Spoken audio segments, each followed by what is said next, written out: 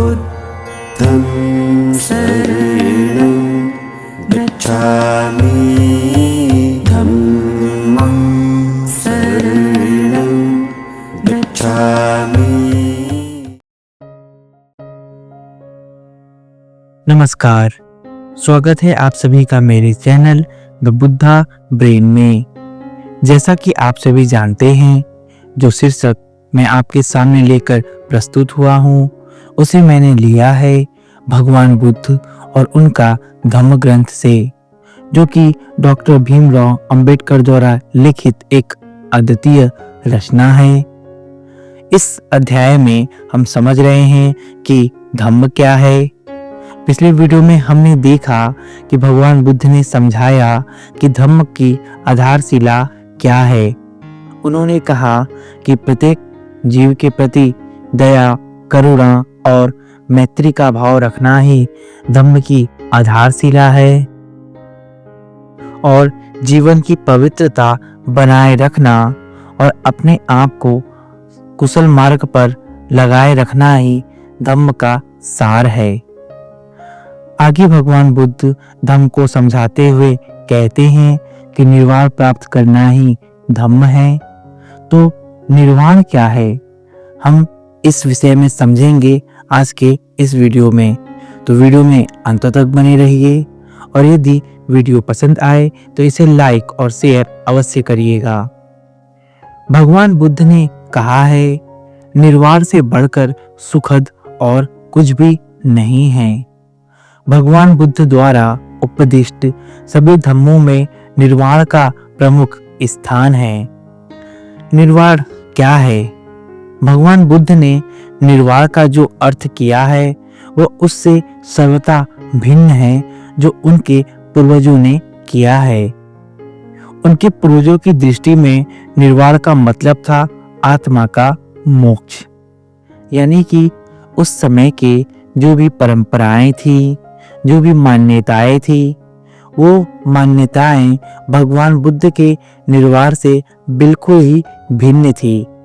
उस समय की जो मान्यताएं थी उनका मानना यह था कि आत्मा का मोक्ष कराना ही निर्वाण है, जबकि भगवान बुद्ध ने निर्वाण की इससे भिन्न व्याख्या की है।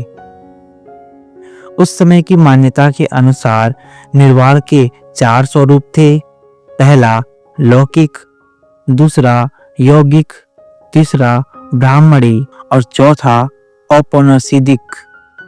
ब्राह्मणी और औपनिषदिक में निर्वाण में एक समानता थी। निर्वाण के दोनों स्वरूप में आत्मा की एक स्वतंत्र सत्ता स्वीकार की गई थी। यह सिद्धांत भगवान बुद्ध को अमान्य था। ब्राह्मणी और औपनिषदिक निर्वाण में एक समानता थी। इन लोगों ने आत्मा की स्वतंत्र सत्ता स्वीकार की थी, मतलब कि शरीर अलग है और आत्मा अलग है। आत्मा का इन्होंने एक अलग सत्ता स्वीकार किया था और उसी आत्मा का मोक्ष कराना ही इन्होंने निर्वाण की अवस्था मानी थी। लेकिन भगवान बुद्ध को यह सिद्धांत अमान्य था। उन्होंने इस सिद्धांत को स्वीकार नहीं किया। इसीलिए भगवान बुद्ध को निर्वाण के ब्राह्मणी और औपनिषद स्वरूप का खंडन करने में और उसे अस्वीकार करने में कोई कठिनाई नहीं हुई। निर्वाण की भौतिक कल्पना इतनी अधिक जड़ता लिए हुए थी कि वह कभी भी बुद्ध के गले से नहीं उतर सकती थी। इसमें कुछ भी आध्यात्मिक तत्व नहीं था। भगवान बुद्ध के अनुसार जो ब्राह्मणी और औपनिषदिक की मान्यताएं थी उसमें कुछ भी आध्यात्मिक तत्व नहीं था। इसीलिए भगवान बुद्ध ने इन दोनों के मतों को स्वीकार नहीं किया। भगवान बुद्ध को लगता था कि निर्वाण के ऐसे स्वरूप को स्वीकार करना किसी भी मानव की बड़ी से बड़ी हानि करना है। इंद्रियों की भूख की संतुष्टि उस भूख को बढ़ने का ही कारण बनाती है। इस प्रकार के जीवन में से सुख कभी उत्पन्न नहीं हो सकता। इस प्रकार के सुख में से अधिकाधिक दुख ही उत्पन्न हो सकता है। निर्वाण या यौगिक स्वरूप एक सर्वथा अस्थायी अवस्था थी। इसका सुख नकारात्मक था। इसके माध्यम से संसार से संबंध विच्छेद हो सकता था। यह दुख से बच निकलना था, किंतु सुख प्राप्ति नहीं थी। इससे जितने भी कुछ सुख की आशा की जा सकती थी, वह सुख अधिक से अधिक योग की अवधि पर निर्भर था। यह स्थायी नहीं था, यह अस्थायी था। उस समय की जितनी भी मान्यताएं थीं और जितने भी निर्वाण के स्वरूप बताए गए थे, वे सब स्थायी नहीं थे, सबके सब अस्थायी थे। जब तक व्यक्ति ध्यान साधना करता था, तब तक उसे लगता था कि वह सुख और शांति में है। लेकिन जब वह ध्यान साधना नहीं करता था, तो वापस से वह अपने पुराने जीवन में ही आ जाता था और राग, द्वेष, मोह, लोभ में फंस करके अपने जीवन को दुख की दलदल में ढकेल देता था। तो भगवान बुद्ध को ये अवस्थाएं भी पसंद न थीं। बुद्ध का निर्वाण का स्वरूप अपने पूर्वजों के स्वरूप से सर्वथा भिन्न था। बुद्ध के निर्वाण के स्वरूप के मूल में 3 बातें हैं। इसमें से एक तो यह है कि किसी आत्मा का सुख नहीं है, बल्कि प्राणी का सुख है। सबसे बड़ी बात भगवान बुद्ध के निर्वाण के मूल में यह थी कि भगवान बुद्ध ने किसी आत्मा की सत्ता को स्वीकार नहीं किया था। उनका मानना था कि आत्मा का कोई सुख नहीं होता है, बल्कि प्राणी का सुख होता है। दूसरी बात यह थी कि संसार में रहते समय ही प्राणी का सुख, आत्मा की मुक्ति और मरणांतर आत्मा की मुक्ति बुद्ध के विचारों से सर्वथा विरुद्ध थी। भगवान बुद्ध का यह स्पष्ट मानना था कि प्राणी का जो सुख है वो अभी और इसी जीवन में है। उन्होंने आत्मा और मृत्यु के बाद आत्मा की मुक्ति जैसे विचारों को सर्वथा विरुद्ध माना। तीसरा विचार जो बुद्ध के निर्वाण के स्वरूप का मूलाधार है, वह है राग द्वेष अग्नि को शांत करना। यानी कि भगवान बुद्ध के निर्वाण का जो मूला आधार स्वरूप था, वह यही था कि मनुष्य अपने जीवन से राग, द्वेष, मोह, लोभ, क्रोध जितनी भी अग्नि हैं, उन सबको शांत कर दे। आगे भगवान बुद्ध ने निर्वाण की व्याख्या करते हुए कहा कि राग तथा द्वेष प्रज्वलित अग्नि के समान है। यह बात भगवान बुद्ध अपने उस प्रवचन में कही थी जो उन्होंने बुद्ध गया में रहते समय भिक्षुओं को दिया था। भगवान बुद्ध ने कहा था, भिक्षुओं, सब कुछ जल रहा है।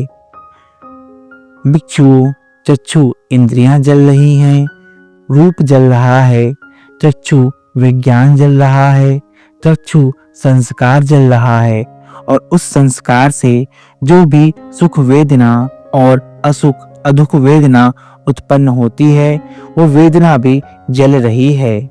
और ये किससे जल रहा है?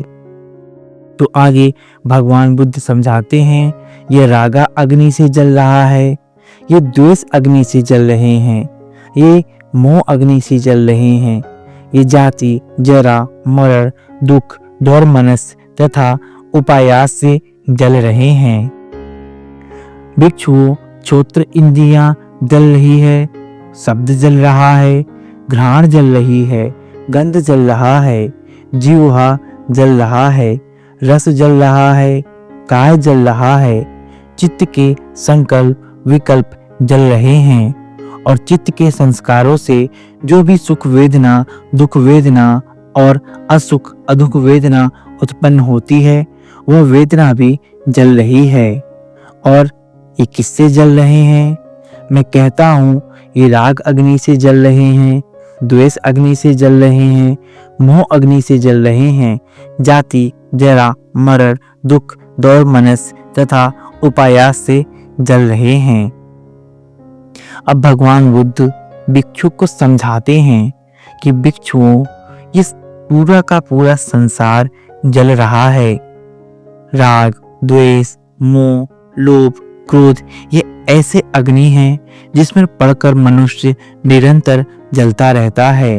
तो फिर शांति कहाँ है और सुख कहाँ है?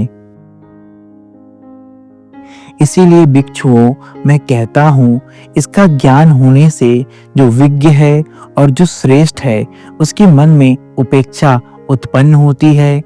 उपेक्षा उत्पन्न होने से राग अग्नि आदि की शांति होती है और राग अग्नि आदि के शांत हो जाने से वह मुक्त हो जाता है और मुक्त हो जाने पर वह जानता है कि मैं मुक्त हो गया हूँ। तो भगवान बुद्ध निर्वाण को समझाते हुए भिक्षु को बताते हैं कि भिक्षुओं, इन सब की अग्नि का शांत हो जाना ही मुक्ति का पथ है। जब व्यक्ति के अंदर से राग अग्नि, काम अग्नि, लोभ अग्नि, क्रोध अग्नि, द्वेष अग्नि, ये सब अग्नियां शांत हो जाती हैं, तो मनुष्य मुक्ति की ओर आगे बढ़ता है और वह मुक्त हो जाता है। तब वो जानता है कि वह मुक्त हो गया है। यह थी मुक्ति की बात कि आप यदि अपने अंदर के सभी अग्नियों को शांत कर लेते हैं तो आप मुक्त हो सकते हैं और मुक्ति में विहार कर सकते हैं। लेकिन निर्वाण को सुखद कैसे बनाया जा सकता है ताकि चिरकाल तक वह ऐसे ही बना रहे और हम आनंदमयी रस का पान कर सकें और जन्म मरण के चक्र से छूट सके। इस विषय को हम और अच्छी तरह से समझेंगे इसके अगले अध्याय में, क्योंकि अभी हमारा यह समय पूरा होता है। तो मिलते हैं आपसे इसके अगले अध्याय में, जहां हम समझेंगे कि निर्वाण को सुखद बनाने के लिए क्या किया जाना चाहिए कि जीवन पर्यंत निर्वाण सुखद बना रहे। तो मिलते हैं आपसे इसके नेक्स्ट अध्याय में। तब तक के लिए बने रहिए हमारे साथ हमारे चैनल द बुद्धा ब्रेन में। मेरे चैनल द बुद्धा ब्रेन में बने रहने के लिए आपका बहुत बहुत धन्यवाद।